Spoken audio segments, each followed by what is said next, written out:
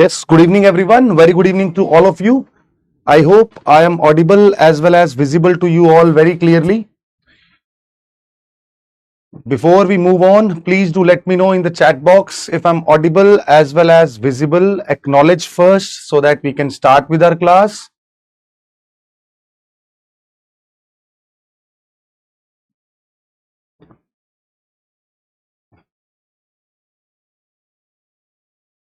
Yes.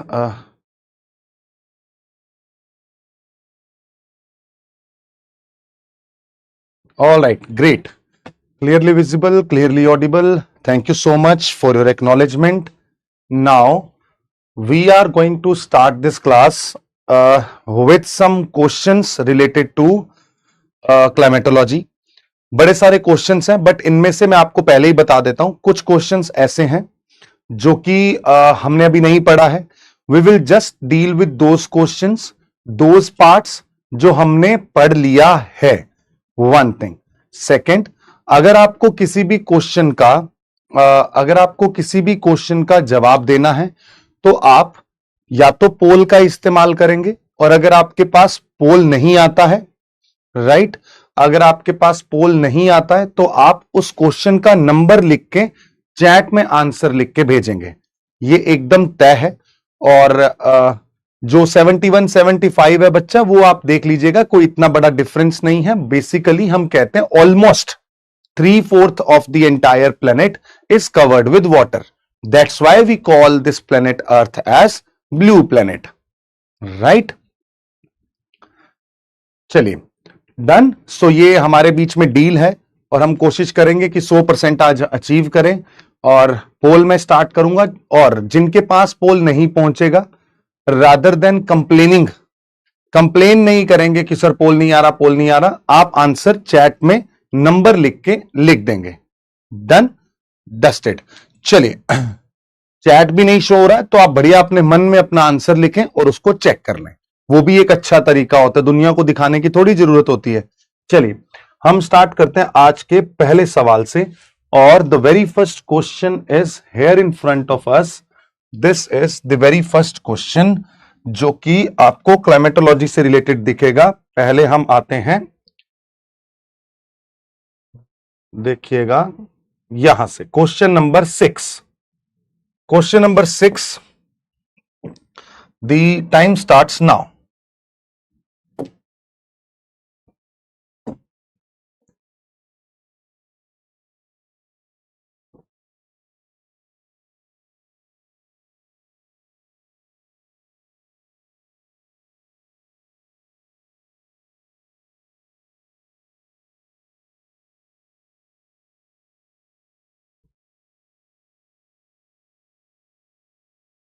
आपने question का number लिख के फिर जवाब देना है बच्चा. सब लोगों से ये एक छोटी सी दरख्वास्त की है मैंने, शायद आप समझ पाएंगे. बिल्कुल सही बात है, दत्त साहब ने समझ लिया है. बाकी सब अभी थोड़ा सा मानसिक विकास की दौड़ में पीछे हैं. आंसर जबकि सही दे रहे हैं. चलिए, इतना ही समय बहुत है इसके लिए. And the poll has been stopped. The answer is C here. ठीक है, मतलब अभी भी बहुत सारे बच्चे ऐसे हैं जो गलत आंसर मार्क किए हैं. जिन्होंने बहुत कम समय में जवाब दिया वो है Mannat, Abhijeet, Harsh. I am really happy that you are aware of the fact that ozone is present in the stratosphere. बहुत अच्छा.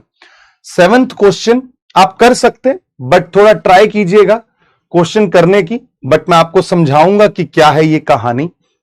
एक बार क्वेश्चन करना, 7th क्वेश्चन भी आप करो, ट्राई करो फटाफट. The poll starts now.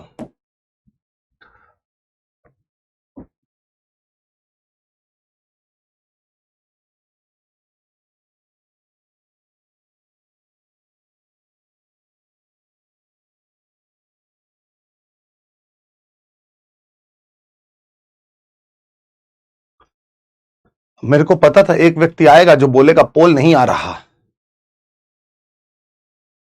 लंबा क्वेश्चन है, थोड़ा टाइम दे रहा हूं, प्लीज सोच समझ के कीजिएगा. सेकंड स्टेटमेंट ऐसा है जहां पे आपको दिमाग लगाना है,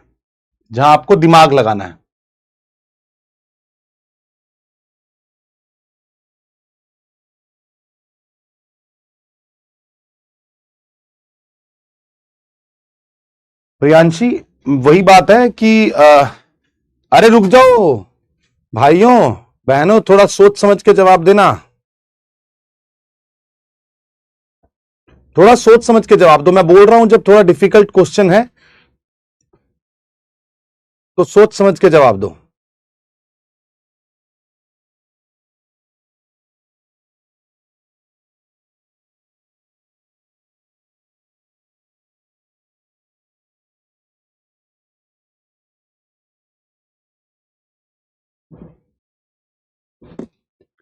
चलिए अभी हम एक बार पोल को रोक देते हैं। पोल रुक गया है, पहले हम देखते हैं क्या है ये सिचुएशन। सबसे पहली चीज इन जनरल, ठीक है, the amount of water vapour present in the air, जो हवा में प्रेजेंट है, डिक्रीजेस फ्रॉम इक्वेटर टू पोल। हमने पहले भी देखा था इक्वेटर पे गर्मी ज्यादा है, यहां पे गर्मी ज्यादा है, यहां पे वार्मथ ज्यादा है, यहां पे ठंड है, तो यहां पे ज्यादा होगा, यहां कम होगा। द स्टेटमेंट इज करेक्ट, पहला स्टेटमेंट सही है। दूसरा, high concentration of dust particles, अभी आते हैं इस पे। Carbon dioxide gas present in the air absorbs infrared rays, yes ये इंफ्रारेड रेस को एब्जॉर्ब करती है, राइट। और ग्लोबल वार्मिंग करती है, यस ये भी हमें पता है। हाई कंसंट्रेशन ऑफ, क्यों इंफ्रारेड है? क्योंकि यहां से जाने वाली जो रेस है वो कौन सी है? इंफ्रारेड होती हैं, बिल्कुल ठीक है। उसके बाद अगर हम देखें, जहां पे बारिशें ज्यादा होंगी वहां डस्ट होगी या डस्ट सारी नीचे आ जाएगी? ये दिमाग से जवाब देना। Whenever we see the rainfall का अमाउंट ज्यादा है, जहां आपको मान लो जिस रीजन में बारिशें होती हैं उस दिन जो हमारी हवा में डस्ट पार्टिकल होता है वो सारा नीचे आ जाता है। जब वो सारा नीचे आ जाता है मेरे दोस्त, तो उसकी वजह से आपको एटमॉस्फेयर के अंदर डस्ट पार्टिकल दिखाई नहीं देगा। इसका मतलब यह है, very good Manpreet, dust particle is prominent in the equatorial reason. गलत है, इक्वेटोरियल रीजन में रेनफॉल क्या है? ज्यादा है। रेनफॉल क्या है? ज्यादा है। इसीलिए डस्ट पार्टिकल्स यहां पे क्या होंगे? कम होंगे। डस्ट पार्टिकल यहां पे कम होंगे, तो ये हो गया गलत, पहला सही, तीसरा सही। तो आंसर होगा ए। और इस क्वेश्चन में मुझे लगता है 20% से ज्यादा बच्चों ने आंसर सही नहीं किया होगा। 23%, मेरा अंदाज सही था, राइट डिस्ट्रीब्यूटेड है, बट ठीक है, फिर भी अच्छा क्वेश्चन था, डिफिकल्ट क्वेश्चन था, आपको समझ में आ गया, बहुत अच्छा है। आगे बढ़ते हैं, थोड़ा टाइम दे दूंगा, don't worry. Question number 8, question number 8, बढ़िया, जिन्होंने आंसर करेक्ट किया मजा आ जाएगा।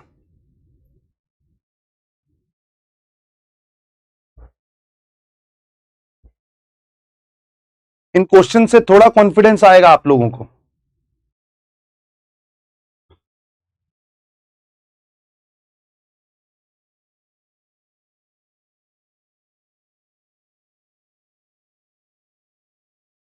अच्छा, पोल तो स्टार्ट ही नहीं किया था मेरे को लगता है मैंने।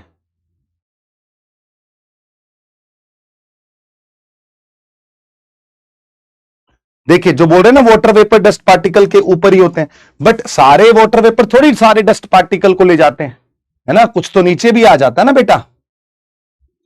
इस क्वेश्चन का जवाब 100% होना चाहिए। This must be 100% fast. मैं सोच रहा हूं ये पोल इतना धीरे क्यों चल रहा है, जल्दी जल्दी चले। सो मैं पोल रोक रहा हूं। The answer here is C. Quite good, ठीक है, कोई दिक्कत नहीं है, बहुत बढ़िया। क्वेश्चन नंबर 9,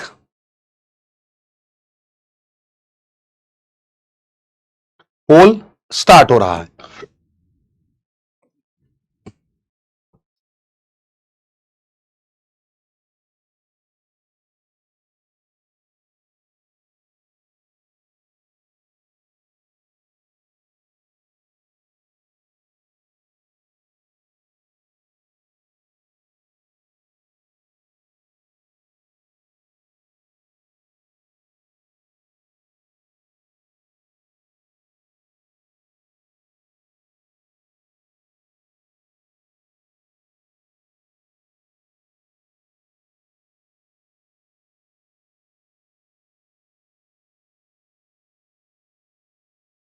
चलिए, अब आप देखते हैं सबसे ज्यादा हमारे एटमॉस्फेयर में क्या है।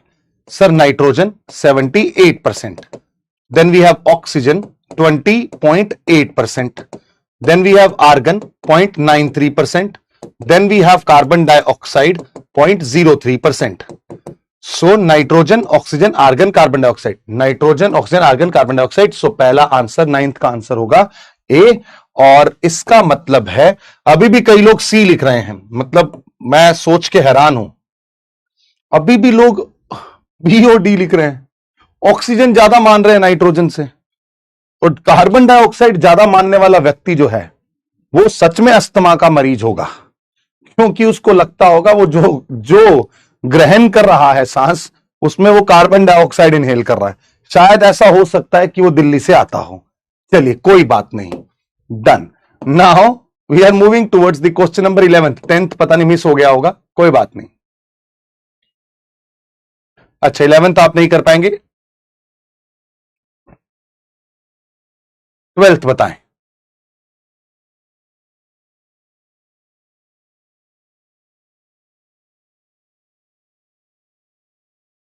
अच्छा पोल बता दूं.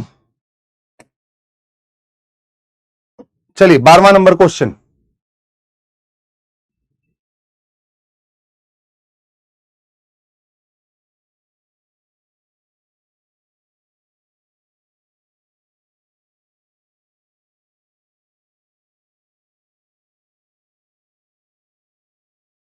इलेवेंथ का बी भी आ गया एक.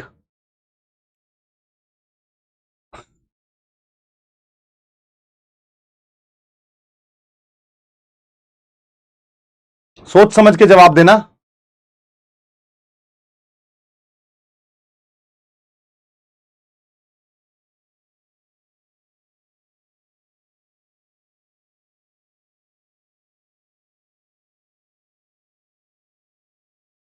चलिए देखते हैं क्या है. Time is done.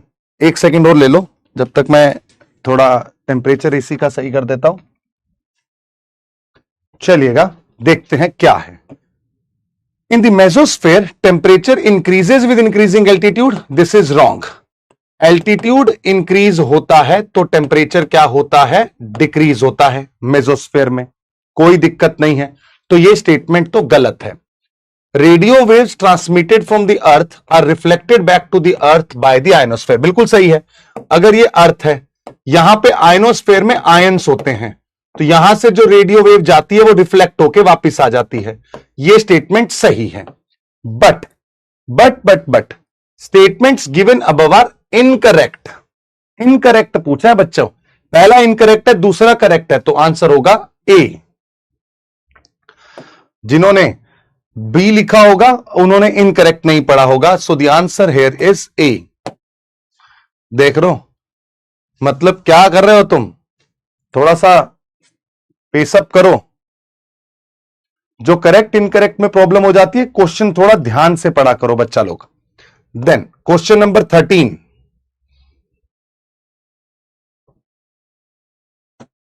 Question number 13 fast.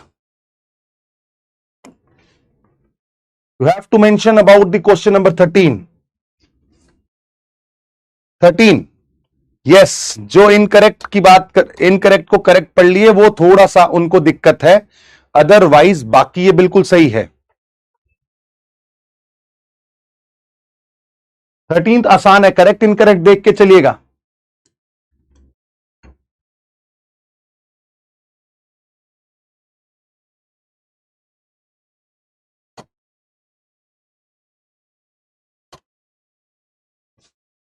पैंतालीस सेकंड की जरूरत नहीं है बेटा, बहुत आसान है क्वेश्चन.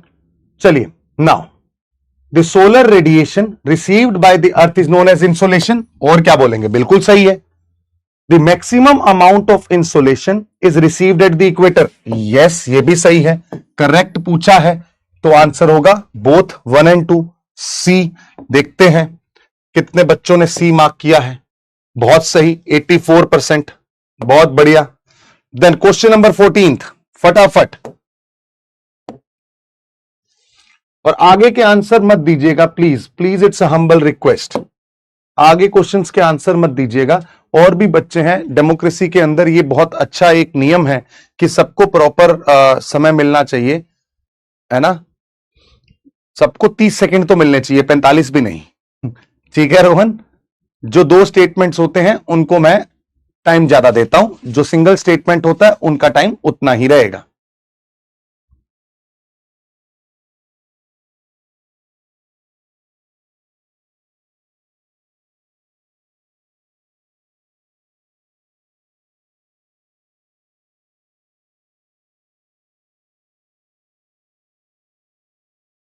करेक्ट इनकरेक्ट देख के चलना है।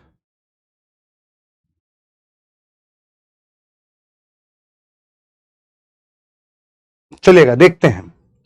The stratosphere is found below the troposphere, गलत है। स्ट्रेटोस्फेयर तो किसके ऊपर होता है? स्ट्रेटोस्फेयर ऊपर होता है ट्रोपोस्फेयर के, बिल्कुल सही है, ये तो गलत स्टेटमेंट है। In this layer temperature start decreasing with, no, stratosphere के अंदर टेम्परेचर इंक्रीज होता है एल्टीट्यूड इंक्रीज होने से, ये मैंने आपको पहले बताया है। So this is wrong, this is wrong, the answer would be D, क्योंकि करेक्ट पूछा है। सो the answer here would be D. बहुत बढ़िया, ठीक है।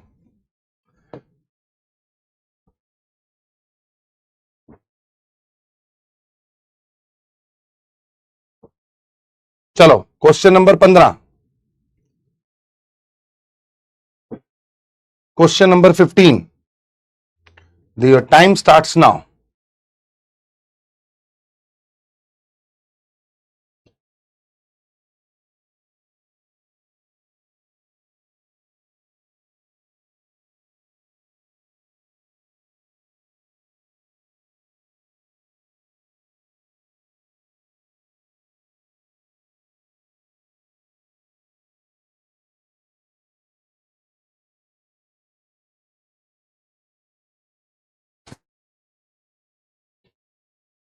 थोड़ा दिमाग लगाओगे हो जाएगा।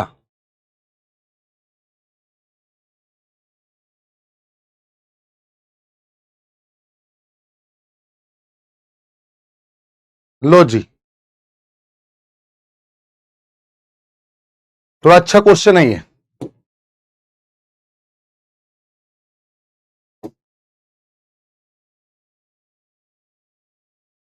चलिए,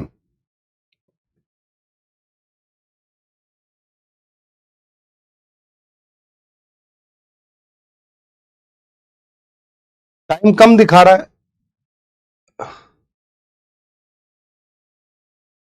चलो देखते हैं क्या है। सबसे पहला statement, the thickness of the troposphere is greater near the equator compare to the polar reason.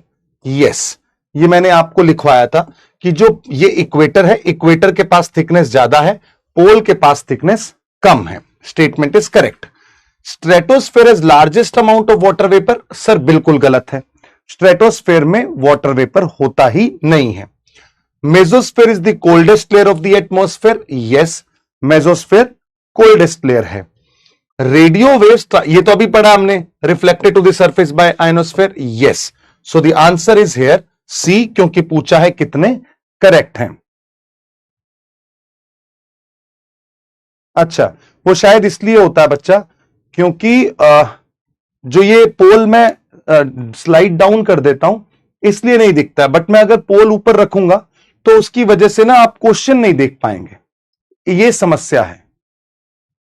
ठीक है, तो मेरे को भी सब चीजों का ध्यान रखना है ना, क्वेश्चन दिखाना ज्यादा जरूरी है पोल से। फिर भी देखो कितने प्यारे बच्चे हैं मेरे, बहुत सारे बच्चों ने आंसर दिया है ना। अच्छा, इसको मैं, ओके, अब मैं समझ गया। I got it, got it, got it बच्चा, अब आपको पूरा पोल दिखेगा।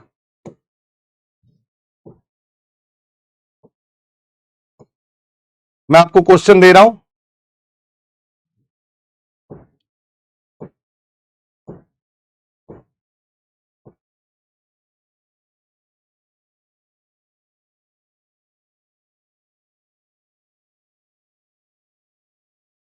Question number 24, question number 24, question number 24, and the poll starts now. अब पूरा टाइम मिलेगा आपको। Question number 24।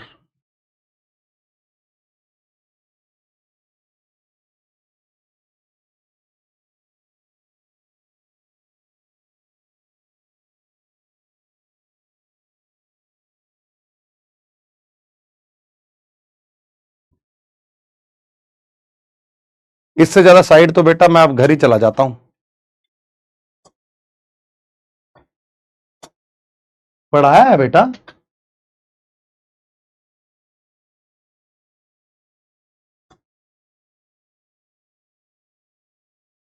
बहुत बढ़िया, लोग जवाब दे रहे हैं।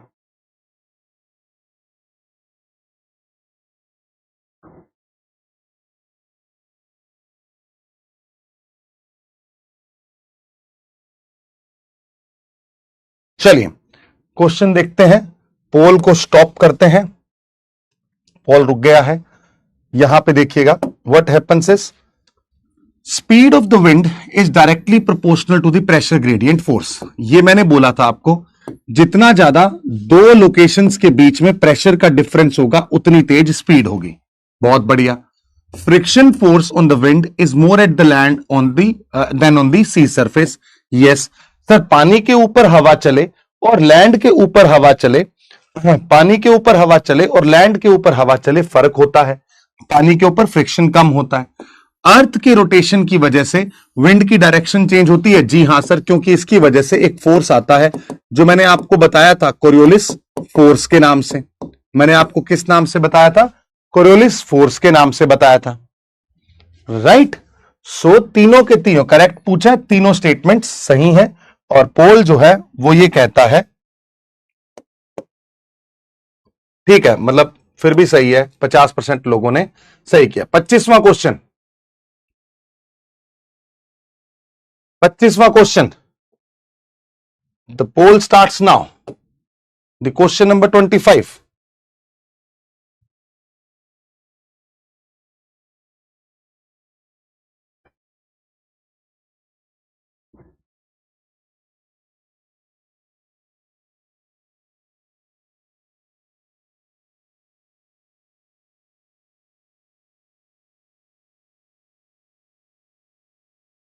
अगले क्वेश्चन में बढ़ा देंगे भाई, अगले क्वेश्चन में बढ़ा देंगे।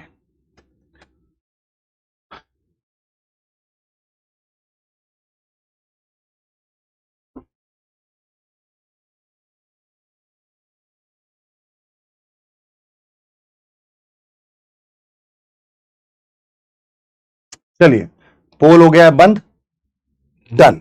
अब आगे बढ़ते हैं। देखिएगा, what happens is Coriolis force के बारे में पूछा है। आपको पता है कोरियोलिस फोर्स नॉर्दर्न हेमिस्फेयर में कहां डिफ्लेक्ट करता है? राइट में। और सदर्न हेमिस्फेयर में कहां डिफ्लेक्ट करता है? लेफ्ट में। इक्वेटर पे क्या होता है? जीरो। पोल पे क्या होता है? मैक्सिमम। पोल पे क्या होता है? मैक्सिमम। अब पढ़ते हैं, इस चार इंफॉर्मेशन की सहायता से क्वेश्चन करते हैं। Force deflects the wind to the left direction in the northern hemisphere, गलत है। Deflects the wind in the right in the southern hemisphere, गलत है, उल्टा लिखा हुआ है। Force is maximum at the equator and is absent at the pole, गलत है। तीनों स्टेटमेंट गलत है। पूछा क्या है? करेक्ट आंसर होगा डी।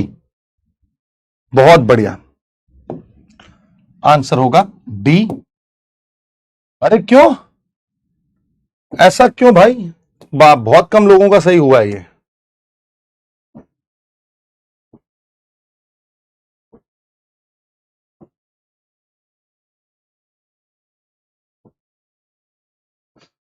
अगले क्वेश्चन को देखता हूं, जो क्वेश्चन मैंने आपसे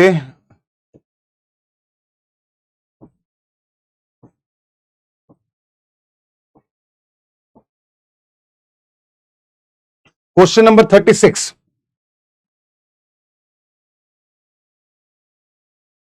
क्वेश्चन नंबर 36, पोल स्टार्ट्स नाउ। Question number 36। और एक काम करता हूं, अगले क्वेश्चन में पोल का टाइमिंग बढ़ा दूंगा, अगले क्वेश्चन में बढ़ा दूंगा।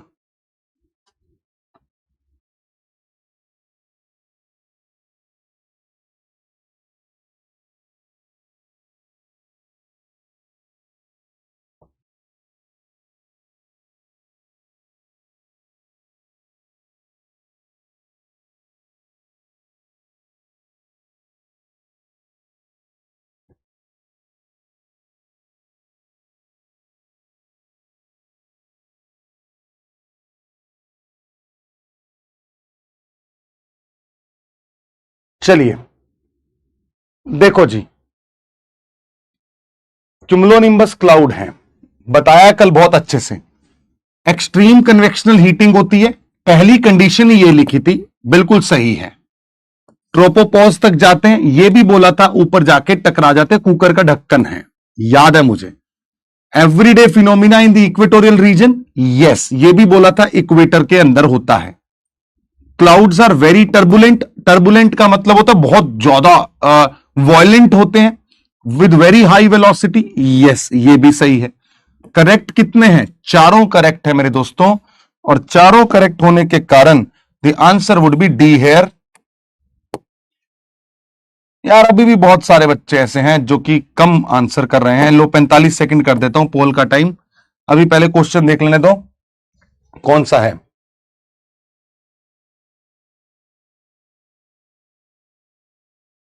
क्वेश्चन नंबर 39, क्वेश्चन नंबर 39, ये आसान क्वेश्चन है। क्वेश्चन नंबर 39, हाँ एवरीडे होता है Anita, it is the everyday phenomena there, everyday phenomena is there, yes yes yes, almost हर दिन होता है। मतलब ऐसा बोला जाता है कि 300 से ज्यादा दिन देखा जाता है, 365 में से, 365 में से 300 से ज्यादा दिन। 39 नंबर क्वेश्चन,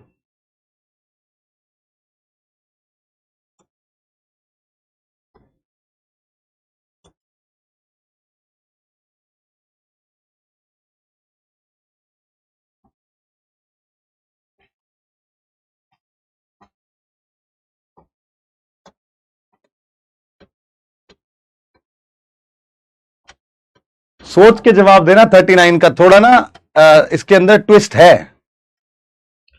बहुत बढ़िया, कई बच्चे तो इतने सही जवाब दे रहे हैं ना, मजा आ जाएगा। और जो गलती कर रहे हैं वो भी मेरे को समझ में आ रहा है। मतलब बाकी जो सी बोल रहा है वो तो देखो मैं नहीं जवाब दे सकता उन्हें कुछ।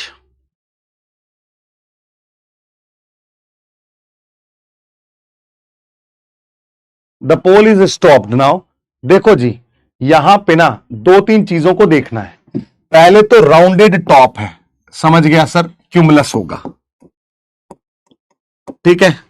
बारिश हो रही है? नहीं, बारिश नहीं हो रही। बारिश हो रही होती तो क्यूमुलोनिम्बस होता, स्ट्रेटस तो हो नहीं सकता, सिरस हो नहीं सकता, रह गया या तो क्यूमुलस या क्यूमुलोनिम्बस। फेयर वेदर है मतलब नो रेनफॉल। नो रेनफॉल का मतलब क्या है? निम्बस वर्ड नहीं है। अगर निम्बस नहीं है तो ये तो नहीं होगा, ये भी नहीं है, तो आंसर क्या होगा? क्यूमुलस। जिनको क्यूमुलोनिम्बस लग रहा था ना, उनको बस ये पढ़ना है, फेयर वेदर क्लाउड है ये। अभी भी 23 और सी और ए वालों को तो मैं बात ही नहीं कर रहा, नाराज हूं उनसे मैं।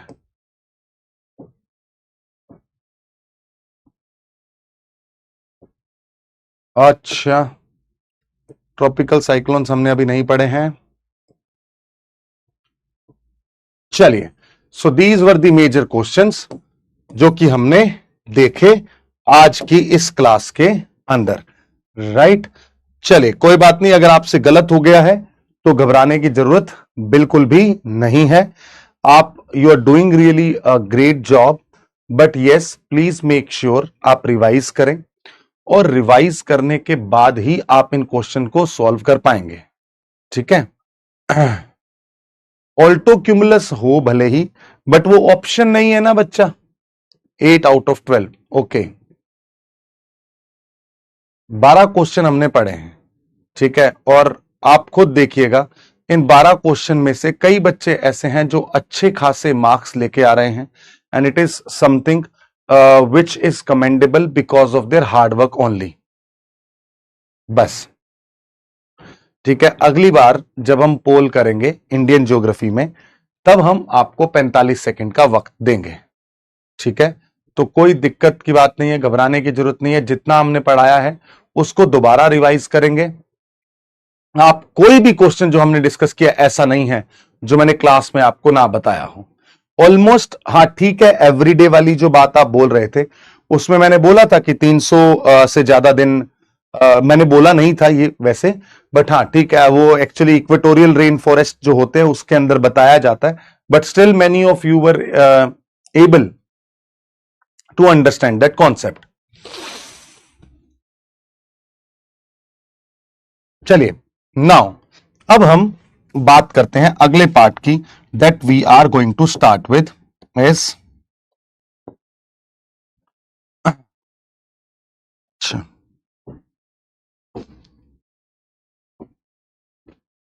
हमने पिछली क्लास के अंदर स्टार्ट किया था ocean bottom topography, ocean bottom topography, और मैंने आपको एक कहानी बताई थी कि ओशियन के बॉटम के अंदर भी बहुत सारे लैंडफॉर्म्स का एग्जिस्टेंस होता है, राइट? बहुत सारे लैंडफॉर्म्स का एग्जिस्टेंस ओशियन के बॉटम में होता है।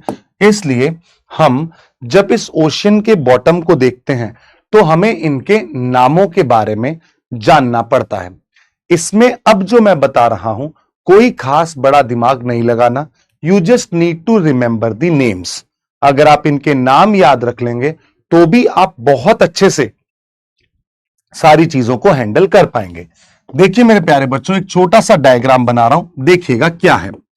मान लीजिए this is the ocean here, यहां पे आपको ओशियन का पार्ट दिख रहा है।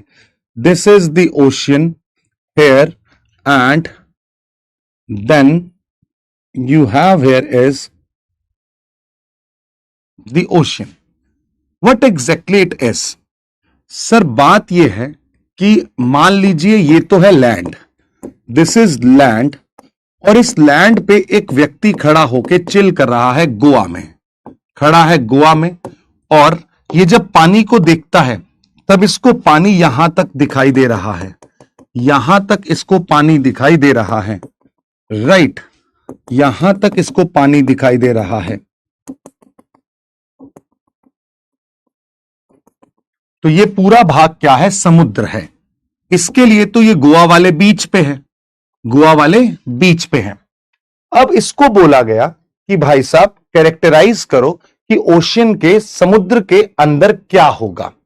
तो मैं आपको अभी बता रहा हूं, आपने अभी नाम याद रखने हैं। कैसे ये बनते हैं वो हमें नहीं जानना, हमें नहीं जानना, वो मैं बताऊंगा आपको, बट अभी पहले नाम समझते हैं। सबसे पहला जो जोन है, सबसे पहला जो जोन है, जिस जोन के अंदर आपको ये पूरा भाग दिखाई दे रहा है, इस पूरे जोन को हम कॉन्टिनेंटल मार्जिन के नाम से जानते हैं। We call it as continental margin. क्या बोलते हैं बच्चे लोग? Continental margin. मतलब क्या है? ये कॉन्टिनेंट है, ये ओशियन है, कॉन्टिनेंट के मार्जिन पे है ये, इसलिए इसको कॉन्टिनेंटल मार्जिन कहा गया। इसके बाद अगर आप इसको इस तरीके से नहीं समझना चाहते हैं, यहां से मैं आपको इस तरीके से बता देता हूं कि ये जो एरिया है, this is the area here, जिसे हम कॉन्टिनेंटल मार्जिन के नाम से जानते हैं, राइट? सो यहां पे we have a continental margin hair.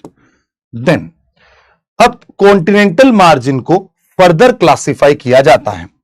Further classification ये कहता है कि ये वाला हिस्सा जो कि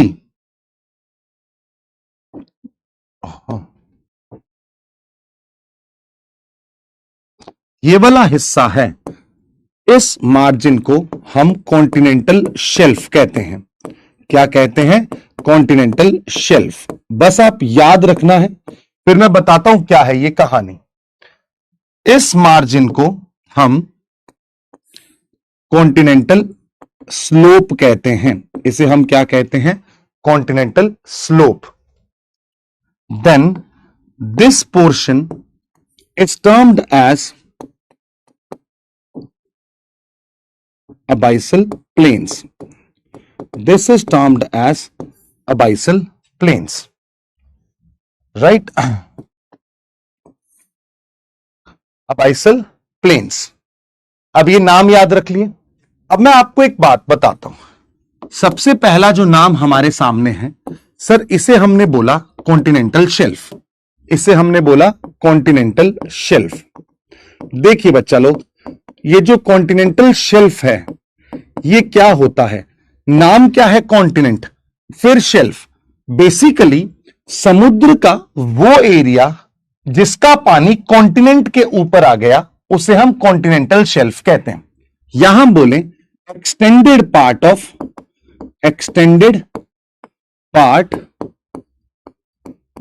कॉन्टिनेंट टुवर्ड्स ओशियन, मतलब एक ऐसा कॉन्टिनेंट का हिस्सा जो ओशियन की ओर झुका हुआ है उसे हम कॉन्टिनेंटल शेल्फ कहते हैं। और आप देखिएगा, जब आप इस गोवा वाले बीच से थोड़ा सा अंदर समुद्र की ओर जा रहे हैं तो क्या डेप्थ बहुत अचानक से इंक्रीज हो गई या स्लोली गहराई बढ़ रही है? गहराई बहुत स्लोली बढ़ रही है। सो इस रीजन के अंदर डेप्थ इंक्रीजेस वेरी ग्रेजुअली। यहां पे बहुत ग्रेजुअली ये जो डेप्थ है वो इंक्रीज होती है। ठीक है, दूसरा और तीसरा भाग ये है कि अगर डेप्थ बहुत ग्रेजुअली इंक्रीज हो रही है तो आप एक बात बताओ, इसका स्लोप बहुत ज्यादा है, इसका स्लोप जेंटल है। स्लोप मतलब स्लाइड अगर आप देखोगे यहां पे इतना है, यहां पे ज्यादा है। सो कॉन्टिनेंटल शेल्फ के अंदर gentle slope is observed, gently sloping region है, जेंटली स्लोपिंग रीजन मतलब बहुत ही आराम से गहराई बढ़ रही है, इतना ज्यादा गहरा स्लोप नहीं है। इसके साथ साथ आप यह भी देखो कि क्या इस रीजन में अगर मैं आपको बोलूं यहां पे सनलाइट पेनिट्रेट कर जाएगी, सनलाइट यस पहुंच जाएगी, यहां पे सनलाइट पहुंच जाएगी, बट इस रीजन के अंदर सनलाइट नहीं पहुंच पाएगी। यानी कि इस समुद्र के अंदर अगर आप देखोगे तो 200 मीटर की गहराई पे जाने के बाद आपको अंधकार छा जाएगा, क्योंकि तब सूरज की रोशनी अंदर तक नहीं पहुंच पाती है। सूरज की रोशनी बहुत ही कम एरिया तक इस समुद्र तक पहुंचती है। जिस एरिया तक समुद्र की ये रोशनी पहुंचती है, इस एरिया को हम जहां तक समुद्र की रोशनी पहुंचती है हम फोटिक जोन कहते हैं। कैसा जोन? Photic zone. आप ये बात समझिएगा मेरे प्यारे बच्चों कि जहां पे समुद्र की ये वो एरिया है जहां पे सनलाइट कैन पेनिट्रेट, है ना, ये ऐसा एरिया है जहां पे सनलाइट कैन पेनिट्रेट। यानी कि कौन सा जोन हुआ? Photic zone. फोटिक जोन का मतलब क्या होता है बच्चा? फोटिक जोन का मतलब है जहां पे फोटोसिंथेसिस हो सके। फोटोसिंथेसिस क्या होता है? फोटोसिंथेसिस वो एक्टिविटी होती है जिसमें सूरज की किरणों की सहायता से प्लांट अपना खाना स्वयं बनाते हैं और उसमें हमेशा सूरज की रोशनी चाहिए। तो इस रीजन के अंदर क्या आपको छोटे छोटे प्लांट्स दिखाई देंगे? बिल्कुल सही बात है, क्योंकि यहां पे फोटोसिंथेसिस है। क्या यहां पे प्लांट्स दिखाई देंगे? नो, इस रीजन में आपको प्लांट्स दिखाई नहीं देंगे। अगर यहां प्लांट्स होंगे तो क्या यहां पे मछलियां होंगी? यस, यहां पे मछलियां होंगी। मछली को खाने के लिए बड़ी मछली आएगी। यस, तो यहां पे इस रीजन के अंदर वैरायटी ऑफ लाइफ जो है वो कंपैरेटिवली आपको ज्यादा दिखेगी। वैरायटी ऑफ लाइफ जो है वो ज्यादा दिखेगी। इसे हम कहते हैं continental shelf. We call this as continental shelf. इतनी सी बात थी। आई होप सबको समझ में आ गया होगा। नाम याद रखना है, मतलब मैं बीच से चला, धीरे धीरे डूबने लगूंगा।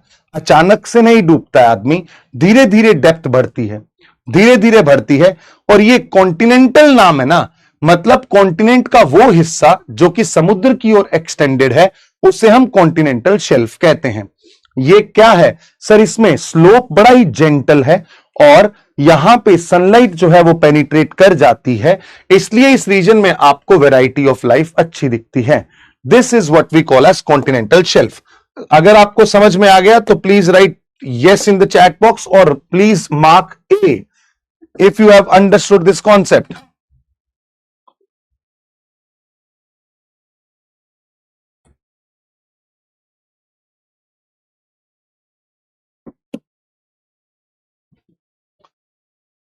चलिए, आई होप सबको समझ में आ गया होगा।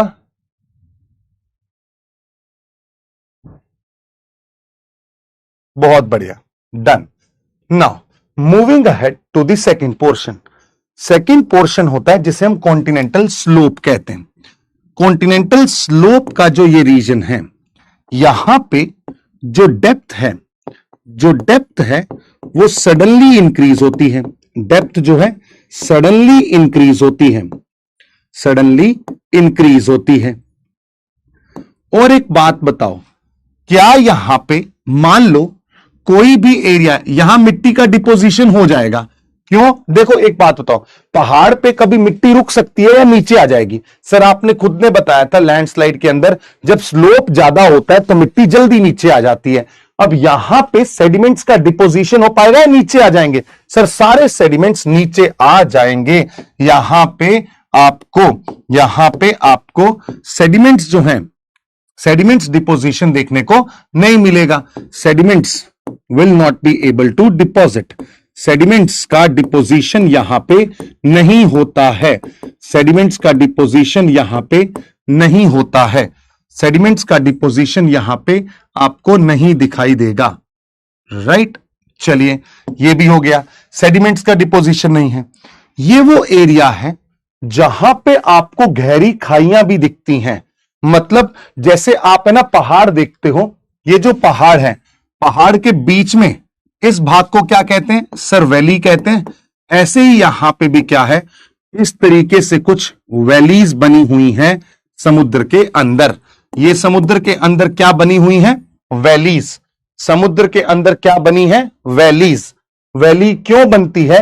क्योंकि जो ये सेडिमेंट नीचे की ओर जाते हैं, क्या ये इस सरफेस को इरोड करेंगे? यस, इस सरफेस को इरोड करते करते काटते रहते हैं और यहां पे आपको वैलीज का फॉर्मेशन दिखाई देता है। You have a valleys here. इसको, ये समुद्र के अंदर है इसीलिए उसे हम सबमरीन कहते हैं और इसको एक नाम दिया जाता है जिसे हम सबमरीन कैन्यंस कहते हैं। कैन्यंस का मतलब कुछ नहीं बच्चा, वैलीज होता है। जो बहुत बड़ी वैली होती है उसे हम कैन्यन कहते हैं। अगर आप देखना चाहते हैं इस तस्वीर को तो मैं आपको दिखाता हूं यहां पे कि सबमरीन कैन्यंस कैसा दिखता है। ये जो एरिया है यहां पे, ये जो आप देख पा रहे हैं, these are the valleys region. ये सारी क्या है? वैली रीजन है। ये वाला पोर्शन कौन सा होगा बेटा? ये कॉन्टिनेंटल शेल्फ होगा। ये क्या है? कॉन्टिनेंटल स्लोप है। ये क्या है? कॉन्टिनेंटल स्लोप है। बहुत बढ़िया, ये भी समझ में आ गया होगा। तो कॉन्टिनेंटल स्लोप पे जो मिलता है वो भी मैंने आपको बता दिया। इसको हम किस नाम से जानते हैं? We call it as canyon, submarine canyon. इसके बाद आ जाइए अगला भाग। अगले भाग पे मेरे दोस्तों आपको क्या दिखाई देगा? ये जो बहुत गहरी खाई है, गहरी खाई, आपने मैरियाना ट्रेंच का नाम सुना होगा, इसे हम ट्रेंच कहते हैं। बहुत गहरी जो खाई है उसे हम ट्रेंच कहते हैं। वैली और खाई में फर्क होता है ना? वैली तो एक ऐसा स्लोपी रीजन था, वहां पे बनी है। खाई अंदर की ओर बनी है, ठीक है। और इस रीजन के अंदर आपको क्या होगा? कुछ पहाड़ दिखाई देंगे। ये पहाड़ दिखाई देंगे। ये जो पहाड़ होंगे इन्हें क्या बोला जाता है? इन्हें बोला जाता है समुद्र के माउंट, सी माउंट्स। और सर अगर ये सी माउंट्स ऊपर से फ्लैट हो जाए, जैसे धरती पे जिन्हें हम प्लेटू कहते हैं ना, प्लेटू का मतलब क्या होता है? पठार। पठार का मतलब क्या? उसका टॉप क्या होता है? फ्लैट होता है। ऐसे ही अगर इसका टॉप फ्लैट हो जाए तो इसे बोला जाता है गुयोट। इसे क्या बोलते हैं? गुयोट्स। ये प्लेटू टाइप होता है।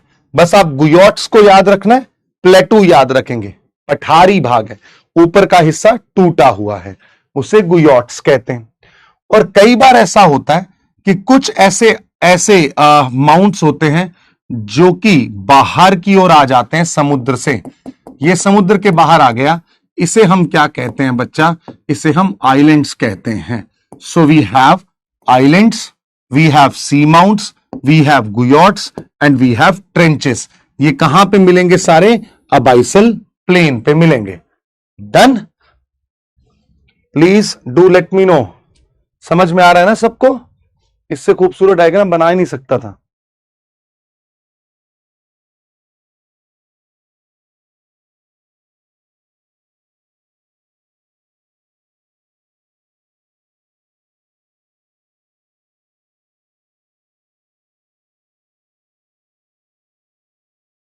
Tell me if you have understood this.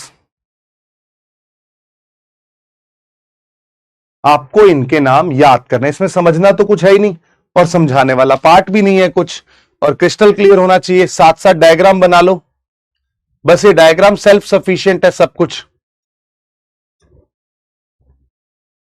और ये जो सी माउंट्स बने हैं, सी माउंट्स बने हैं, ये रिजल्ट हैं, result of volcano inside the ocean.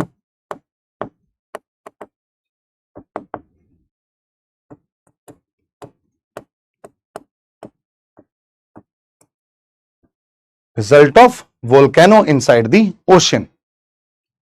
हां भाई, अलग ही दुनिया है।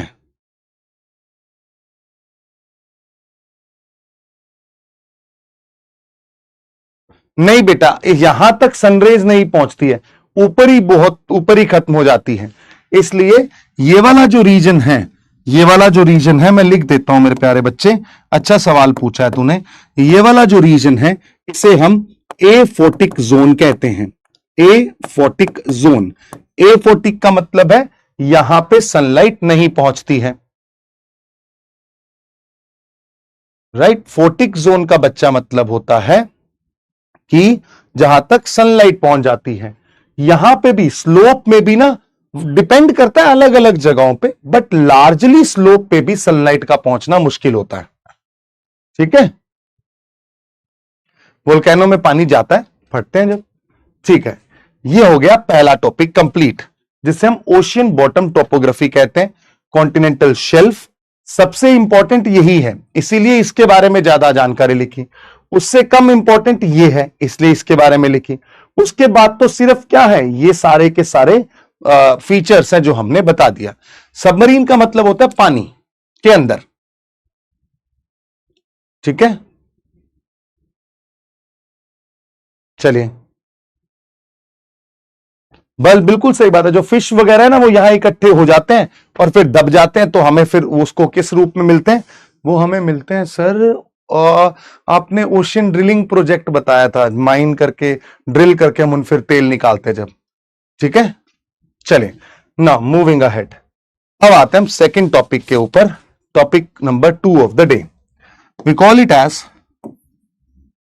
Oceanic tides. We call it as oceanic tides. बहुत गौर से दिमाग लगा के समझना मेरी बात को कि मैं क्या बोल रहा हूं।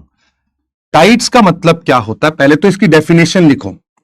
Rise and fall of oceanic water, rise and fall of oceanic water under the impact of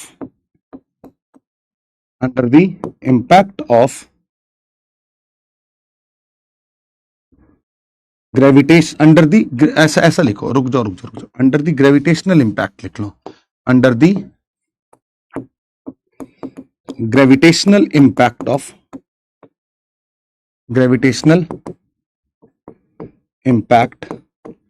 of sun, moon and earth. ये अभी मैं समझाता हूं क्या है, साथ साथ पहले लिख लो बच्चा लोग। Rise and fall of oceanic water under the impact of, बेटा जो नोट्स मैं बनवा रहा हूं वो ऐसे ही बनते हैं भाई, हर आदमी का अपना पढ़ाने का तरीका होता है। आप मुझे मत बताओ कि क्या करना है, आप क्लास को दोबारा देख के जो जो मैं बातें बोलता हूं हर चीज लिखते रहो, नोट्स बन जाएंगे, है ना। 5वीं क्लास में भी नहीं पूछा था मैंने ये सवाल अपने मास्टर से कि नोट्स बनवा दो, है ना। पेपर पास करना, तब आप प्रधानमंत्री आपको बोलेंगे आप सेक्रेटरी हो, चलो लिखो सारी चीजें, तो बोलोगे नहीं सर प्लीज पहले नोट्स अच्छे से बनवा दो फिर काम करेंगे। ऐसे थोड़े ना होता, खुद दिमाग भी लगाना पड़ता है थोड़ा। Rise and fall of oceanic water under the gravitational impact of sun moon and earth, इसे हम ओशियनिक टाइड्स कहते हैं। समझते हैं क्या है ये। Sir again we are taking the same scenario, this is ocean, यहां पे आपके पास ओशियन है and here we have the oceanic water. Oceanic water, जब भी आप बीच पे जाते हैं तब क्या होता है, बीच पे जाते हैं तब क्या होता है बच्चा लोग, सबसे पहले तो एक चीज बताता हूं। बीच पे जब आप जाएंगे तो पानी का लेवल राइज होता है। मैं यहां पे खड़ा हूं, एक व्यक्ति है जो यहां पे खड़ा है, ये देखेगा पानी अभी बहुत दूर है इससे। बट शाम के समय क्या हुआ, शाम के समय क्या हुआ, इस पानी का लेवल राइज हो गया, इस पानी का लेवल यहां तक आ गया। बिल्कुल ठीक है सर, कोई दिक्कत नहीं है। ये मैक्सिमम वो लेवल था जहां तक पानी पहुंचा। अब इस पर्टिकुलर पोजीशन को क्या बोला जाएगा, सर पानी का लेवल राइज हुआ है। तो जब ये राइज हुआ है, जब ये राइज हुआ है तो इस पोजीशन को हम सर हाई टाइड बोलते हैं। We call this as high tide. और ये जो लाइन है जहां तक पानी पहुंचा, इसे हम हाई टाइड लाइन कहते हैं। मतलब यह है कि जब समुद्र का पानी आपकी ओर बढ़ने लगा है, ऊपर की ओर आने लगा है, जब वो पहुंच गया मैक्सिमम जहां तक पहुंच गया, उस लाइन को हमने क्या पहुंच बोला, high tide line. Maximum rise in level, maximum rise in level जो है वो हाई टाइड लाइन पे है, मतलब इससे और आगे नहीं आएगा। फिर रात के बाद दिन हुआ, सर अब क्या हुआ, पानी वापस पीछे की ओर जाने लगा और यहां तक पहुंच गया, और यहां तक पहुंच गया, यहां तक पहुंच गया। अब आप अंदर जा सकते हो, कोई दिक्कत नहीं है। तो इसे हम क्या बोलते हैं सर, लो टाइड लाइन बोलते हैं। एलटीएल का मतलब लो टाइड लाइन। सो यहां पे आप एक बात समझिएगा, राइज एंड फॉल। राइज का मतलब आपने बचपन में ज्वार भाटा सुना होगा। राइज और फॉल का मतलब क्या होता है कि पानी का लेवल ऊपर की ओर आना, पानी का लेवल पीछे की ओर जाना। ये जो प्रोसेस होता है, इस प्रोसेस को हम ओशन की टाइड कहते हैं। कल भी मैंने आप सब लोगों से एक बात बोली थी कि अगर आपने शिद्दत मूवी देखी है तो उसमें इसलिए मर जाता है व्यक्ति क्योंकि प्यार में तो होता ही है, बट उसके साथ साथ जब ओशियन का पानी का मूवमेंट देखेंगे तो ये बड़ा ही डायनामिक है। बड़ा मुश्किल हो जाता है ओशियन के पानी को हैंडल करना, ओशियन के पानी को संभालना। सो यहां पे हाई टाइड और लो टाइड दोनों हमने देख लिए। इसके बाद क्या है, इसके बाद क्या है उसको समझते हैं। What exactly it is, just let me no. ठीक है, मैं बताता हूं आपको क्या होता है। ये जो जोन है, जब पानी, बहुत गौर से सुनना, जब पानी ऊपर की ओर आ रहा है, when this water is moving up, ऊपर की ओर आ रहा है, इसे बोलते हैं फ्लो। और जब पानी नीचे की ओर जा रहा है, जब पानी पीछे की ओर जा रहा है, इसे बोलते हैं एब।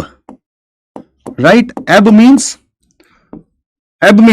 Fall of water, flow means rise of water. Right, चलिए फ्लो बोलते हैं, कभी फ्लड भी बोल देते हैं, अलग अलग जगह पे अलग अलग चीजें, आप फ्लो लिख लो या फ्लड, जो भी आए आप समझ जाइएगा।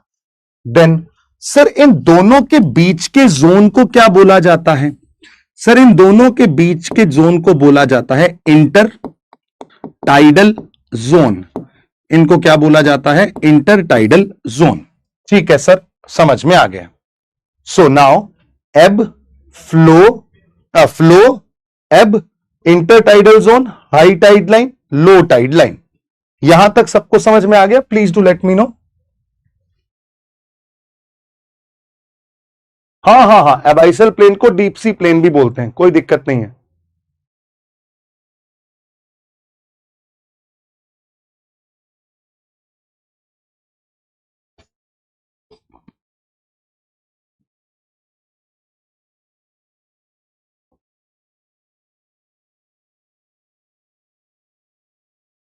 चलिए,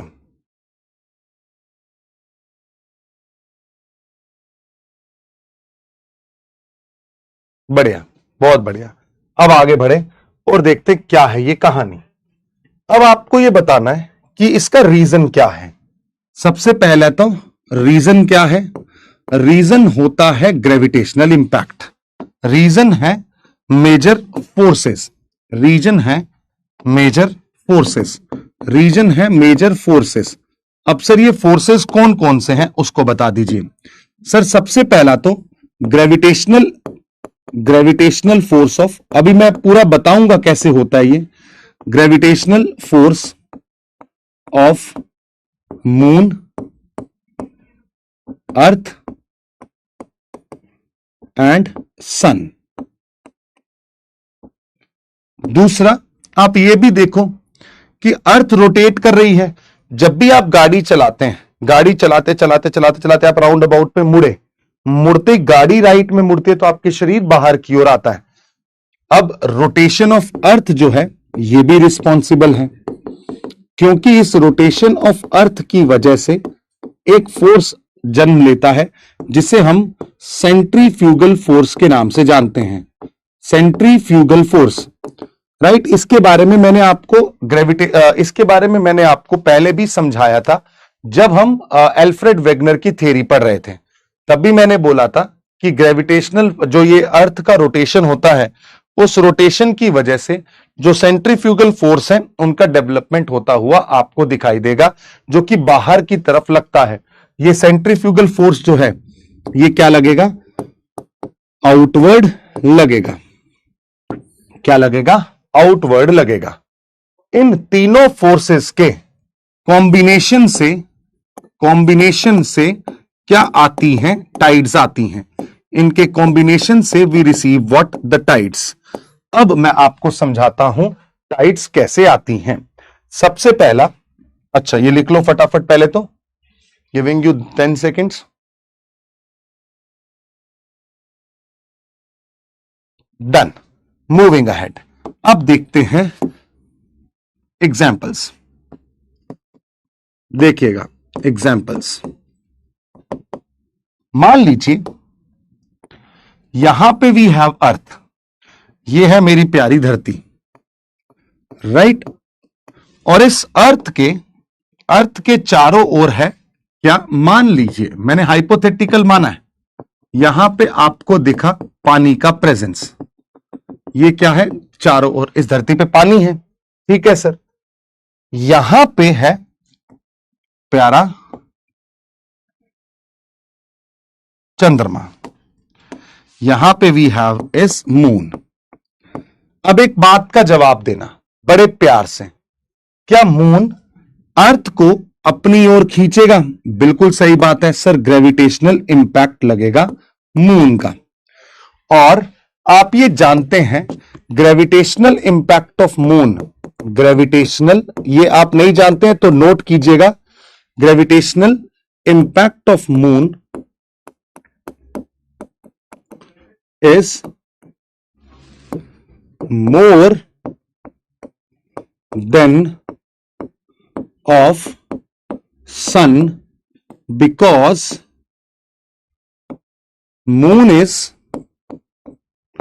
closer to earth। मून जो है वो इस धरती के क्लोज है।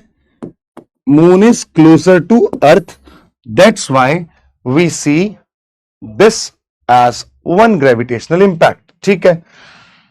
और अगर ग्रेविटेशनल इंपैक्ट लगेगा तो क्या ये पानी को अपनी ओर खींचेगा? सर बिल्कुल सही बात है, यहां पे पानी तो इस तरीके से आगे बढ़ गया। यहां पे पानी किस तरीके से आगे बढ़ गया? इस तरीके से। किसकी ओर बढ़ गया? किसकी ओर बढ़ गया? मून की ओर। तो इस जगह पे पॉइंट नंबर ए पे we will see rise of water. अगर ए पे पानी का राइज है, ए पे पानी का राइज है, तो यहां पे कौन सी टाइड होगी? हाई टाइड होगी या लो टाइड होगी? फटाफट जवाब देना, हाई टाइड और लो टाइड।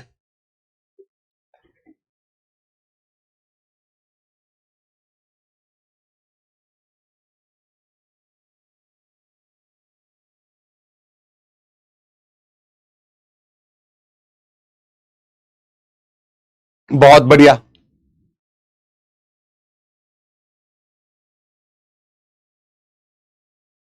बहुत बढ़िया, बहुत बढ़िया, हाई टाइड होगी। आगे बढ़ते हैं। अब देखिए, पानी तो टोटल दुनिया में उतना ही है। अगर यहां पे पानी का लेवल बढ़ा, खुद सोचो, मैंने बाल्टी में यहां से पानी ऊपर खींच लिया तो यहां का पानी क्या आएगा, नीचे की ओर आएगा। बिल्कुल सही बात है सर, यहां का पानी तो नीचे की ओर आ गया। तो सर ये पॉइंट नंबर बी है। यहां पे कौन सी टाइड आ गई सर, यहां पे आ गई लो टाइड। यहां पे कौन सी टाइड आ गई, लो टाइड आ गई। ठीक है सर, बहुत बढ़िया। फिर एक बात यह भी है कि सर जो हमारी ये धरती है, अर्थ जो है रोटेट कर रही है, तो यहां पे impact of centrifugal force, impact of centrifugal force will also be there. Centrifugal force is also present. और अगर आप सेंट्रीफ्यूगल फोर्स देखोगे तो वो कहां की ओर लगता है सर, बाहर की ओर। तो अगर ग्रेविटी इधर लग रही है, ये बाहर की ओर लगेगा, तो क्या सर आपको इस जगह पे समुद्र के पानी में बाहर की ओर फोर्स की वजह से, ये पॉइंट नंबर सी है, यहां पे बाहर की ओर नहीं जाएगा पानी, इधर इतना उतना ही इधर, जितना पानी जितना फोर्स इसने इधर खींचने में लगाया उतना ही बाहर की ओर लग जाएगा। तो ये वाला जो फोर्स है, इस पॉइंट पे अगर हम बात करें तो आपको कौन सा फोर्स दिख रहा है सर, सेंट्रीफ्यूगल फोर्स। तो क्या हम ये कह सकते हैं कि यहां पे भी क्या आएगी, हाई टाइड आएगी। और इसका पानी अगर ऊपर आया है तो यहां का पानी कहां गया होगा सर, यहां का पानी नीचे गया होगा। और पॉइंट नंबर डी पे क्या आएगी, लो टाइड। ए पे क्या है, हाई टाइड। ए पे क्या है, हाई टाइड। बी पे क्या है, लो टाइड। सी पे क्या है, हाई टाइड। डी पे क्या है, लो टाइड। बस इतना याद रखना है, अगर चंद्रमा ने इसको जितना खींचा है उतना ही धरती बाहर की ओर पानी फेंक रही है। तो अगर इधर हाई टाइड बन रही है तो इसके ऑपोजिट भी क्या बनेगी, हाई टाइड बनेगी। और इन दोनों जगहों पे क्या बन जाएगी, लो टाइड बन जाएगी। प्लीज टेल मी, क्योंकि अगर आप इस जगह पे देखेंगे, you will see fall in water level, right. यहां पे we will have fall in water level, क्योंकि यहां का जो पानी था कहीं और जाके ऊपर उठ गया। बताओ समझ में आया।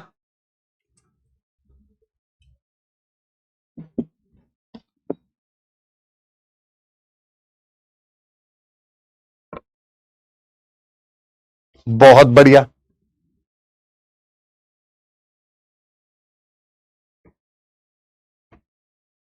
ठीक है।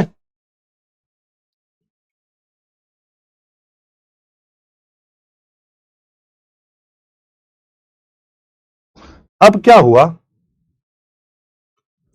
एक चीज याद करवा रहा हूं, आगे समझाऊंगा भी लेटर ऑन स्टेज में।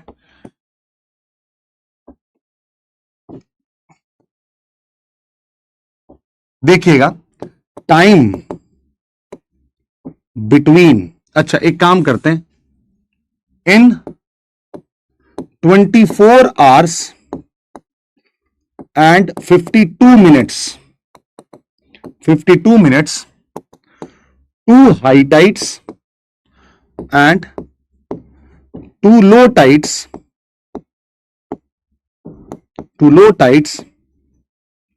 come at one place,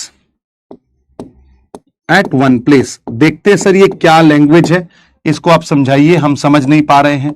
मैंने बोला हम आए इसीलिए हैं, समझा के जाएंगे, लिखा है तो। मान लीजिए शाम के 6 बजे हैं, 6 PM, इसको ऐसे इस पूरे उसको नहीं खराब करते। पॉइंट नंबर ए पे देखिएगा, शाम के 6 बजे हैं। पहली तो एक काम करो, टोटल कितने हिस्से हैं, टोटल कितने हिस्से हैं, तो टोटल 4 हिस्से हैं। कितना वक्त है टोटल से, 24 hours 52 minutes। तो ए से बी के बीच का, इसको हम ना 24 hours and 52 minutes, इसको ना 4 हिस्सों से डिवाइड कर दो, 1 2 3 4। ठीक है सर, 4 से डिवाइड किया तो बना sir 6 hours and 13 minutes. 6 hours and 13 minutes. तो यहां पे अब आप जवाब देना। मैंने बोला इन ए को बी तक पहुंचने में कितना समय लगता है sir? 6 hours and 13 minutes. B को सी तक पहुंचने में कितना समय लगता है सर? 6 hours 13 minutes. सी को डी तक पहुंचने में कितना मिनट लगता है sir? 6 hours 13 minutes. And D को ए तक पहुंचने में कितना मिनट लगता है सर? 6 आवर्स और 13 मिनट्स। ये बस मैंने वैसे ही बताया, सी सेट का सवाल है सीधा, मैंने आपको ये इंफॉर्मेशन दे दी। अब एक बात बताओ, ए के ऊपर अब जो जवाब दे देगा मजा आ जाए। पहले मैं बता देता हूं, एक क्वेश्चन करके बता देता हूं, फिर उसके बाद अगला क्वेश्चन आप लोगों से पूछूंगा। पॉइंट नंबर ए को देखता हूं। इफ यहां पे हाई टाइड आई शाम को 6 बजे, शाम को 6 बजे हाई टाइड आई, तो इस पॉइंट ए पे लो टाइड कब आएगी? सर लो टाइड आने के लिए इसको 6 घंटे 13 मिनट ट्रेवल करना पड़ेगा। तो सर रात को 12:13 पे ये आ गई। ठीक है सर, उसके बाद वापस ए पे हाई टाइड कब आएगी? सर वापस आएगी, इस पे फिर 6 घंटे 13 मिनट ट्रेवल करना पड़ेगा, 6:26 सुबह। फिर दोपहर में वापस पहुंचेगा तो लो टाइड के लिए, फिर वापस लो टाइड कब आएगी? सर 12:39 पे दोपहर में आएगी। फिर अगली हाई टाइड कब आएगी? 6 घंटे बाद आएगी। तो that is how the time of the high tide and low tide is calculated. आप जब समुद्री इलाकों में जाएंगे तब आपको शाम के वक्त जनरली एक वार्निंग इशू कर दी जाएगी, चलो चलो चलो चलो कोस्ट खाली करो, क्योंकि अब समुद्र का लेवल बढ़ने वाला है। अब आप मुझे जवाब देंगे, अब आप मुझे जवाब देंगे। Now you are going to tell me the question here is, if at point a high tide comes at 7 p.m. then next high tide का टाइम क्या होगा? Option number A 1:13, option number B 7:26,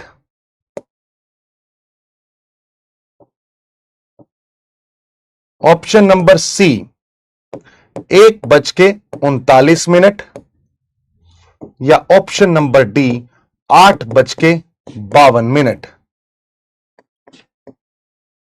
tell me. अब आपका time शुरू होता है। अब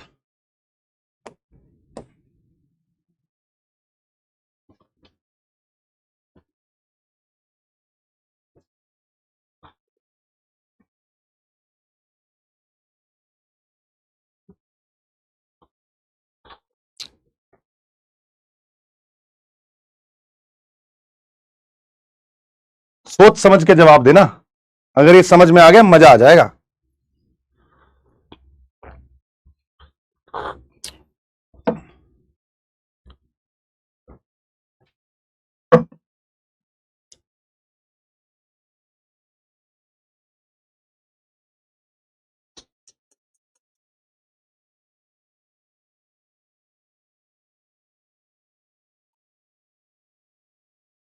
चलिए आंसर है इसका बी। 50% लोग अभी पहुंच पाए हैं। ठीक है, मतलब आपको यह देखना है कि जब यहां पे दो हाई टाइड के बीच का टाइम कितना है? दो हाई टाइड के बीच का टाइम होता है सर 12 घंटे और 26 मिनट। तो अगर पहली हाई टाइड शाम को 7 बजे आई है तो 12 घंटे मतलब सुबह के 7 तो बज गए, फिर 26 मिनट एक्स्ट्रा दे दो, हो गई 26 मिनट पे। तो कितना ही मुश्किल है ये आंसर करना। So the correct answer here would be B. सोचो, समझो, then answer me. This is the idea of high tide and low tide. अब आपने टाइम निकालना सीख लिया। जनरली 52 मिनट मतलब इतना परफेक्ट नहीं, कहीं 50 लिखा होगा, कहीं 48 लिखा होगा। मैंने 52 इसलिए लिया है, 52 इसलिए लिया है क्योंकि इसको मैं 13-13 के 4 हिस्सों में डिवाइड कर देता हूं, उससे आसानी हो जाती है समझने में। बस, डन। आई होप सबको समझ में आ गया ये। Please let me no.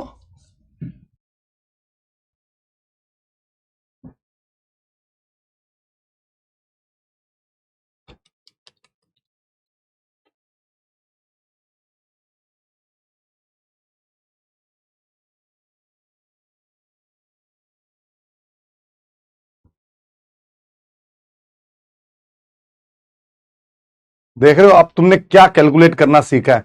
अब आप बीच पे जाओगे ना तो अपने आप पता लग जाएगा कि कब हाई टाइड आनी है, कब लो टाइड आनी है। ठीक है, चलिए नाउ मूविंग अहेड। अब हम आते हैं टाइप्स ऑफ टाइड पे। अब हम आते हैं अगला जो हमारा पार्ट है जिसे हम कहते हैं types of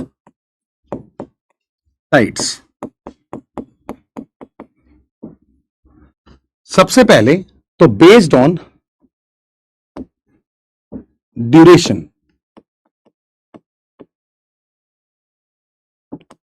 based on duration, please make sure you are understanding these concepts. Based on duration, देखिएगा पहले तरीके की जो टाइड्स हैं उन्हें हम कहते हैं डाययूरिनल टाइड्स,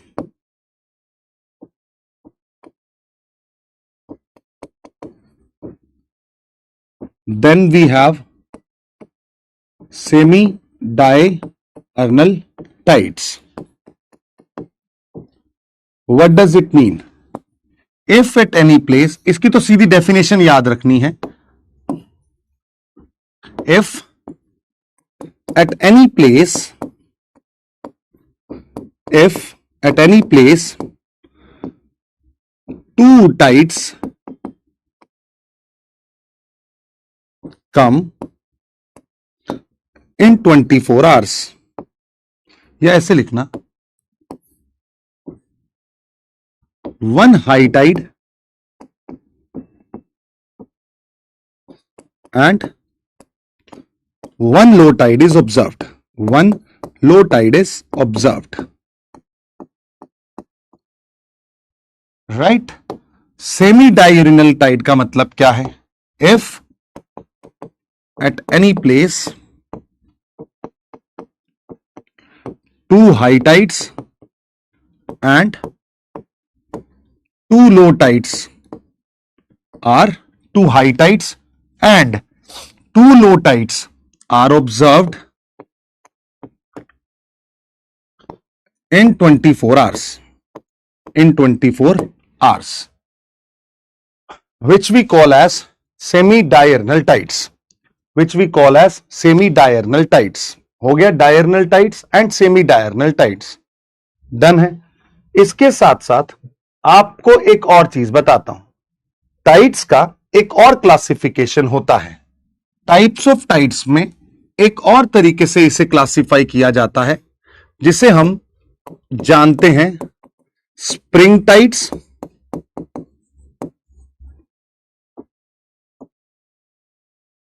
और नीप टाइड्स के रूप में। अब ये सर क्या बला है ये भी बता दो। स्प्रिंग टाइड्स और नीप टाइड्स के रूप में देखिए क्या है, मैं आपको बताता हूं, बहुत गौर से समझिएगा। बहुत इंटरेस्टिंग सा फैक्ट है, एक ही बार बताऊंगा, दिमाग लगाना। ये है मेरा सन, ठीक है, इसे हम कहते हैं सन। सन के चारों ओर चक्कर कौन लगाता है? सन के चारों ओर चक्कर लगाता है सर हमारी पृथ्वी। थोड़ा ना इसको ऐसे करते हैं, इधर कर देते हैं और इसको हटा देते हैं, इसको यहां पे रखते हैं। चलिए, यह है हमारा सन। सन के चारों ओर चक्कर लगाने वाली है हमारी धरती, अर्थ। अर्थ जो है वो सन के चारों ओर चक्कर लगाती है। ये हमें बचपन से सिखाया गया है, कोई दिक्कत नहीं है। बट बचपन, सामान्य बचपन में एक और चीज भी सिखाई गई कि अर्थ के चारों ओर भी एक आदमी चक्कर लगाता है। वो कौन है मेरे दोस्तों? वो है हमारा चंद्रमा। वो है हमारा चंद्रमा। तो चंद्रमा को अगर मैं देखूं तो चंद्रमा आपको यहां दिखाई देगा, ठीक है। यहां पे आ गया मून, यहां पे है अर्थ। तो ये कौन सी सिचुएशन है सर? पहले तो मैं समझा रहा हूं, सन, मून और अर्थ तीनों एक स्ट्रेट लाइन में हैं। when sun, moon and earth are in same line, ऐसी सिचुएशन हो सकती है? Perfectly yes. जवाब देना, क्या यह समझ में आया कि आपको ऐसी सिचुएशन हो सकती है? यस और नो?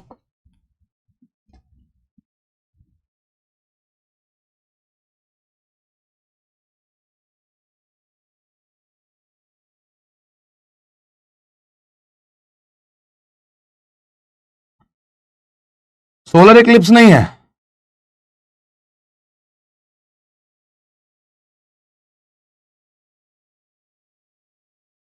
बहुत बढ़िया, बहुत बढ़िया, बहुत बढ़िया, बहुत ही बढ़िया।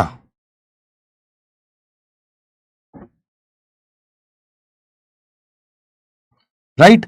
सो ऐसी सिचुएशन को हम कहते हैं सिजिगी। ऐसी सिचुएशन को हम क्या कहते हैं? सिजिगी।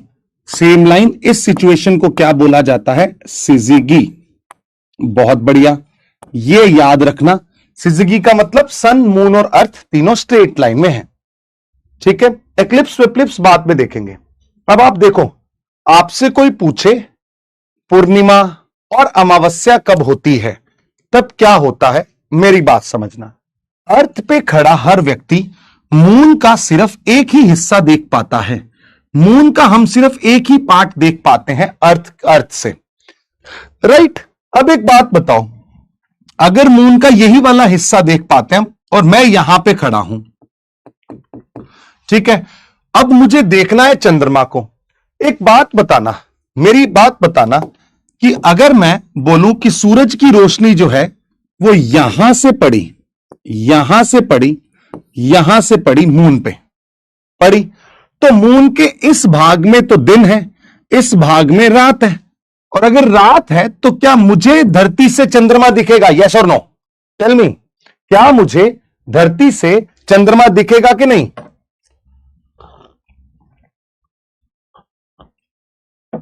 क्या मुझे धरती से चंद्रमा दिखेगा? रात है भाई, धरती से चंद्रमा नहीं दिखेगा। मतलब ये कौन सा है? नो। ऐसे दिमाग लगाया जाता है, रट्टा नहीं मारा जाता भाइयों। और अगर ये नहीं दिखेगा तो ये कौन सी सिचुएशन है? अमावस्या की सिचुएशन है, राइट। और इस सिचुएशन के अंदर आप समझिएगा, इसे हम क्या बोलते हैं? New moon. क्या बोलते हैं? न्यू मून, ठीक है। अब एक बात समझना, यही चंद्रमा घूमते घूमते, this is situation number 1, situation number 1, यही चंद्रमा घूमते घूमते घूमते घूमते यहां पहुंच गया, वापस स्ट्रेट लाइन में इधर आ गया, ठीक है। अब एक बात बताओ, मून का ये वाला हिस्सा जो मुझे धरती से दिखना है, सूरज की रोशनी यहां पड़ेगी, यहां पड़ेगी, और सूरज की रोशनी यहां पड़ेगी, तो क्या मून के इस हिस्से में दिन होगा? यस, मून के हिस्से में दिन होगा। यहां वाला रात होगी। मुझे कोई मतलब नहीं है, मुझे तो धरती पे यहां खड़े होके क्या दिख रहा है? ये वाला हिस्सा। तो ये वाली सिचुएशन क्या है बच्चा? सर ये वाली सिचुएशन है फुल मून, पूर्णिमा की दिन है भाइयों। तो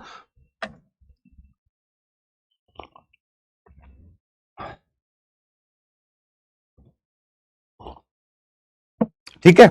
अब एक बात समझो, क्या होता है, सन, मून और अर्थ लाइन में तो होते हैं, बट इनके ना एक्सिस अलग अलग हैं, रोटेशन का एक्सिस अलग अलग होता है। जिस दिन वो भी अलाइन हो जाता है ना, आपको इतना दिमाग नहीं लगाना, रोटेशन बस इतना समझो, जिस एक्सिस पे ये घूम रहे हैं वो भी ऐसे होता है, बट अगर वो सेम हो गया ना, तब उस दिन चंद्र ग्रहण लग जाता है। ठीक है, तो ये आप समझिए। क्या मैं यहां पे अब लिख सकता हूं कि सन मून अर्थ, अगर ये सिचुएशन है तो this is equal to new moon. फटाफट यस और नो बोलिएगा। Sun moon earth, this is the new moon, and sun earth और moon, this is the full moon situation.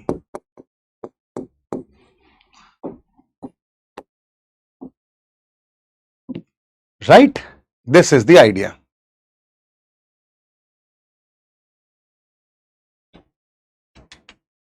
बहुत बढ़िया, great. Moving ahead my dear friends, अब जो हम करने वाले हैं उसको समझते हैं। तो मैंने क्या बोला, मैंने तो एक सिंपल सी सिचुएशन ली। I have sun here, I have moon here, थोड़ा छोटा कर देते हैं,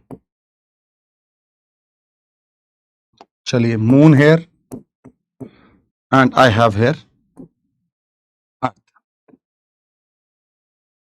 यहां पे हमने लिख ली अर्थ। एक बात बताओ, अर्थ के चारों ओर, अब बहुत गौर से समझना, 1 मिनट पेन डाउन करके, कुछ नहीं, चैट बंद है, एकदम ध्यान से समझना क्या हो रहा है। यहां पे है पानी,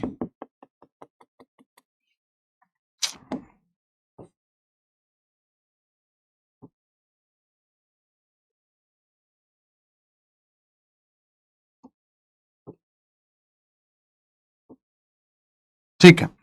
देखिएगा दोस्तों, अगर यहां पे आपको क्या हो रहा है ये, दिस इज व्हाट वी, और रे दादा रे दादा, यस, ये है पानी। ठीक है, अब एक बात बताना, and this we have here is the earth. अब एक बात बताओ, सबसे पहले बहुत गौर से समझना, ये जो मून है, ये मून अपना ग्रेविटेशनल इंपैक्ट लगाएगा GM। उसकी वजह से क्या ये पानी थोड़ा सा ऊपर की ओर आएगा? हां सर, थोड़ा सा ऊपर की ओर आया।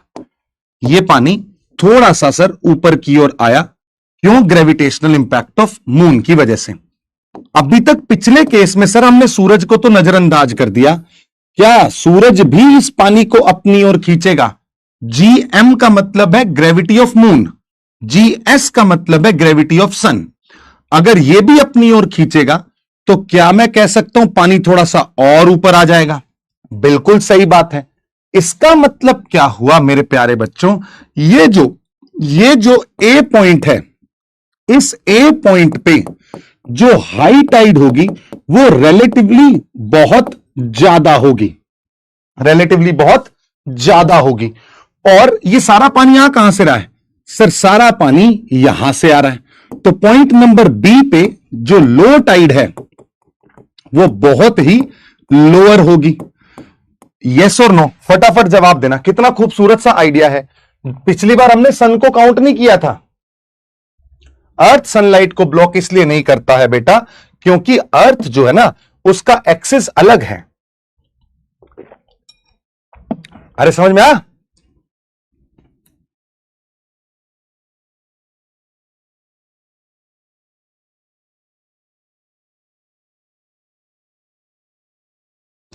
और यहां पे जितना ज्यादा, अब फोर्स पहले से क्या है, ज्यादा है, तो उतना ही ज्यादा यहां की ओर भी लगेगा। तो पॉइंट नंबर C पे भी बहुत ज्यादा हाई टाइड आ जाएगी, और पॉइंट नंबर D पे भी बहुत ज्यादा लो टाइड आ जाएगी। तो क्या मैं कह सकता हूं, बहुत बढ़िया, क्या मैं कह सकता हूं this is the position of spring tide? ये जो पोजीशन है मेरे बच्चों, इसे हम स्प्रिंग टाइड कहते हैं। इस केस के अंदर दिमाग लगा के जवाब देना। स्प्रिंग टाइड, ये जो सिचुएशन है, इस सिचुएशन में हाई टाइड जो है, हाई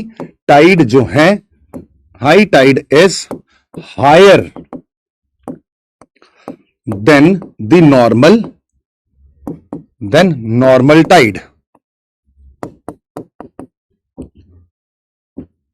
इसीलिए बोलो, एक बात बताओ, क्या मैं कह सकता हूं पूर्णिमा वाले दिन समुद्र का पानी उफान पे होगा? जवाब दो मेरे दोस्तों, पूर्णिमा वाले दिन समुद्र का पानी उफान पे होगा?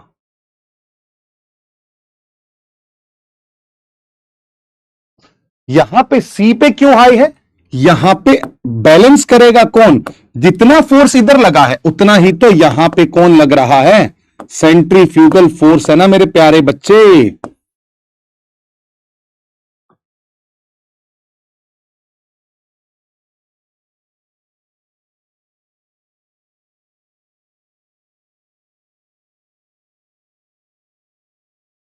क्या ये अच्छा ये न्यू मून है? कोई बात नहीं, अमावस्या वाले दिन आपको यहां पे सबसे ज्यादा पानी दिखा क्या? हाई टाइड दिखी क्या? यस सर, ये अमावस्या है, कोई बात नहीं, पूर्णिमा पे भी कल दिखा देंगे, आज अमावस्या देख लो। अरे पूर्णिमा पे भी हो जाएगा, रुकना, वो मैं कर दूंगा अपने आप। कल तुम अभी अमावस्या वाला बता दो। चलो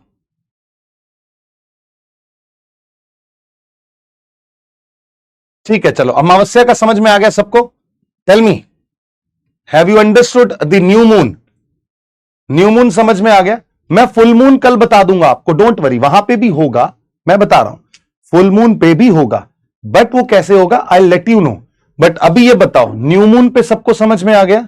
yes, this is something which we call as the high tide, higher than the. इसीलिए अमावस्या होती है ना, जिस दिन काला अंधकार होता है, जब चंद्रमा नहीं होता है, तब बहुत लार्ज स्केल पे टाइड्स आती हैं उस जगह पे, और आदमी के निपटने के चांस रहते हैं। ठीक है, एक बार एक छोटी सी रिक्वेस्ट कर रहा हूं मेरे सभी प्यारे बच्चों से कि कल आप इस चीज को बहुत बेहतर तरीके से रिवाइज करेंगे, क्योंकि कल एक लास्ट टॉपिक है ओशियनोग्राफी का, और हम फिर इंडियन ज्योग्राफी, भारत की ज्योग्राफी के बारे में जानने की कोशिश करेंगे।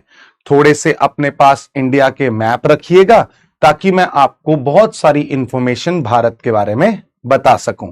एंड उसके बाद आपको सिर्फ सारी सिचुएशन, देखिए पता है क्या है, ये जो ओशियनोग्राफी वाला सेगमेंट है ना, ये ऐसा सेगमेंट है जहां पे लार्ज स्केल पे समझना पड़ता है, मतलब फिजिकल ज्योग्राफी वाला। जब आप इंडियन ज्योग्राफी पे आएंगे तब आपको ज्यादा समझना नहीं पड़ेगा, वहां पे चीजें याद रखने की होती हैं। एंड कल आपका वैसे तो ऑफ होता है, बट एक क्लास बीच में मैंने नहीं ली है, तो देखेंगे अगर कुछ वक्त मिलता है तो उसे हम कंपनसेट करने की कोशिश करेंगे, नहीं तो बाद में थोड़ा सा प्रॉब्लम हो जाएगी। अभी का तो शायद आप सब लोगों को समझ में आ गया, कल जब क्लास होगी तो आपको इन्फॉर्म कर दिया जाएगा। आप एक बार प्लीज अपने नोटिफिकेशन को चेक कर लीजिएगा मेरे दोस्तों, so that you will be in touch with the class. I hope you have understood things really well. Have a very good night and have a very sound sleep. Bye bye, good night.